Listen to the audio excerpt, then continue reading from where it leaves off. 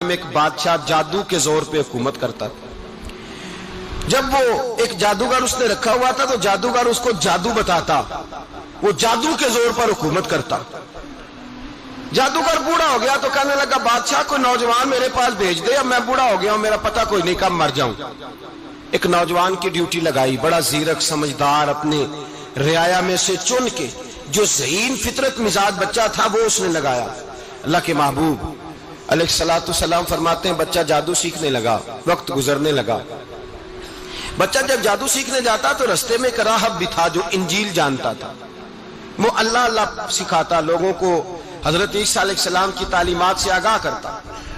اس نے دیکھا کہ یہاں بھی لوگ اکٹھے ہیں تو وہ بچہ اس راہب کے پاس بھی اٹھنے بیٹھنے لگا۔ اب جب اس کے ساتھ اس کی گفتگو بڑھنے لگی تو اس کو باتوں میں لذت آنے لگی۔